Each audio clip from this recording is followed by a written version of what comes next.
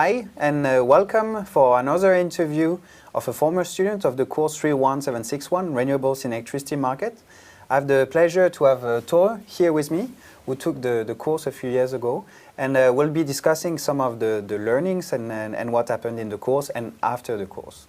So, welcome Tor. Thank you. So could you please tell us who you are?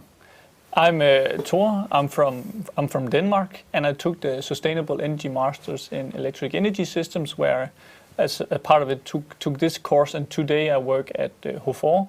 We usually call it Greater Copenhagen Utilities, so we work in district heating, and we have power plants, and we have wind turbines, and a lot of other business area, but this time we mostly focus on what is related to electricity markets. Mm-hmm. So you mentioned HOFOR is the Greater Copenhagen Utility. Yes. What is your role there? What kind of project you work on, product development? Yeah, I work in a specific scientific research in Energilab Nordhavn, where I have a heat pump, which I am to optimize its daily patterns. And it's part of HOFOR's strategy on heat pumps to try and test how does a heat pump work, how can you run it smart with electricity procurement, how fast can it ramp up and down, and so forth. So we're trying to test everything we can in a small-scale heat pump in Nordhavn and try and extrapolate that into bigger heat pumps in future. So you say heat pumps, you make it sound like it could be a small heat pump like in a house, but it is actually a system in Nordhavn you're working with this cruise ship terminal, the UNESCO warehouse, and then you have this heat storage. So it's a pretty sizable system, right? Yes, it's a small it's a relatively large island grid, heating grid, which is supplied by a bigger heat pump that, as you say, supplies 3 cruise ship terminals and a warehouse of UNICEF. And these are to be supplied by a big. It's not only a heat pump, but a flexible energy system consisting of a big heat pump. It's if that makes sense to people, 800 kilowatts on the heating side, and that would be 250 kilowatts on the electricity side. And then we have a huge tank, which gives us flexibility, and we have electric boilers there as well. And that provides us an opportunity to take use of the lower electricity prices and the lower fees and the lower distribution tariffs in the night. For example, it doesn't have to be in the night, but that's the trend we see. So we use the heat pump in the night, and we charge the huge heat storage, thermal heat storage, and then we use it throughout the day when it's more expensive. That is like the first layer of the kind of strategies. That's what I was going to ask you, because we talk about heat pump, heat storage, etc. But it's actually in the electricity markets. Yes, that's where we need to buy the additional that's needed for the heat pump. Yeah, because the heat comes from electricity there. Exactly. And then as I say, back to the electricity market, this heating system can bring some flexibility to the electricity system through the market. Exactly. And we need to make sure that we use the lowest cost as possible out in that field. And that takes a lot of trading and game theory and etc. into the electricity market. So how does that relate to your education? You mentioned trading, game theory. Do you feel that your education at DTU and with this course actually prepared you for this kind of job? Yes, for sure. I mean, the entire participation on electricity markets, where the different deadlines are, when you need to buy electricity and how you buy it. But also, I also came into different areas as well. For example, into forecasting. I needed to know how much heat my buildings use in order to production plan. So I needed to go in there and make some kind of assessment of what will the future be, and start working with the neural networks and figuring out exactly what should the demand be for tomorrow, so I know how much heat I need to produce and then how much electricity I need to buy to cover this heat. So that's one of the skills I particularly used that we were using in the course. That's good to hear. As part of your studies, you took this course then 31761, Renewables in Electricity Market. Do you remember why you signed up for that course in the first place? Yeah, first of all, I had like my undergraduate was a lot about energy economics and etc. So the interest in markets was always there, and then it kept continuing in the masters as well. We had another economic course, and then I heard great recommendations on taking this particular course, and then I kept going into it because the more I was working with electric energy systems, there was the physical part of it was interesting enough, but the markets one was always the one that flattered me the most, and of course. One thing is just the usual electricity markets, but also talking about renewables in general is interesting. It's the future. It's what's interesting knowing what happens if if a lot of wind comes into the system. What happens with the prices? Do they keep going into negatives? What do we do, and etc. How do the market evolve and benefit from those? Okay. And also, we took also a bit into it, looking at different services that could be provided. So it's all of the markets, and being an electricity trader was extremely interesting to look at. I'm not an electricity trader today, but I work a lot with them and try and see what they do, and I try to model compared to what they are experiencing and trying to optimize it compared to that, so we get.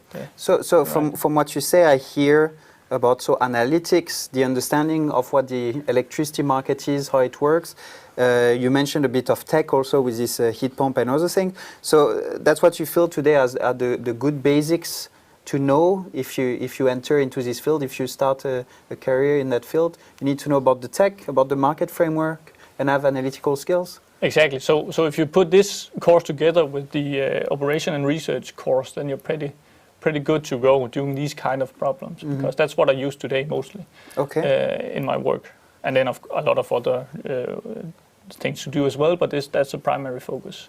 Yeah, I'm sure you use some other things that you learned at DTU. Yeah, exactly. Not just these two courses. Is there a part of the course that you particularly enjoyed, and why would that be? I enjoyed all of the three main projects or main assignment that we were doing. That was interesting. One, the forecasting competition that was held was extremely interesting. I'm a competitive guy, so I thought it was funny to try and work around in the groups, figuring out what to do. And then there was some other subjects too. I don't know if we need to go into details, but just an example, the optimal quantile was a nice way to look at the balancing market and see how should you do it. And it actually thinking about these strategic ways of bidding into the market also led me to taking additional courses in game theory and etc. to try and expand my horizon in those areas. So that was the two most interesting parts that I was working with, and then just in general all the course materials, looking at how the renewable is going to be the balancing market and something on the ancillary service markets as well. Do you think that you also gain some other skills besides this analytical and market knowledge related skills? Do you think you also develop some other skills through the way we worked in the course, group work, and the competitive environment, for instance, exactly. Assignment that are strict, or what do you think? Yeah, but that's also for main course, but also this one is in particular with the group work, that it was we had this 3-person groups that was extremely interesting to work together, and we used everyone's different set skills in the different assignments. It actually worked out in the end that we had one that was extremely good to the first one, and the second and the third, so we used the competence together to figure out them. And then of course a lot on writing the assignments and putting it together and figuring out what's the important results to bring, and etc. So there's a lot of different skills involved in putting these together. Good to hear. If you were to give a specific advice to the students who are taking the course, maybe continuing with a master thesis in that field or start a career in that field, what would be that advice?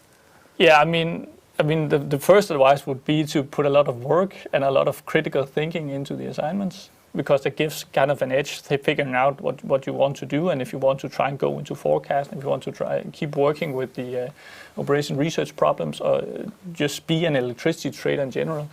And I also think going into the field that I was going into being like a support team for electricity traders, so working out the tools and the models a bit into markets, that gives a lot of knowledge, because one thing is what you learn looking into it, but when you get out there actually trading on the market, it learns a lot. So going into that area and just keep exploring it, because it just keeps coming new things up.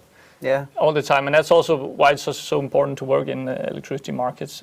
So what I've been learning from that is trying to get into these kind of issues with a firm that has this. HOFOR was a great opportunity because there are so many involved in these kind of areas, and then just keep working with it, keep following the trends, keep having the Nordpool app on your phone, looking at the prices, and just develop how everything looks, how much wind is there into the system, and just keeping into that field. I think that's the most important. So you have to adapt.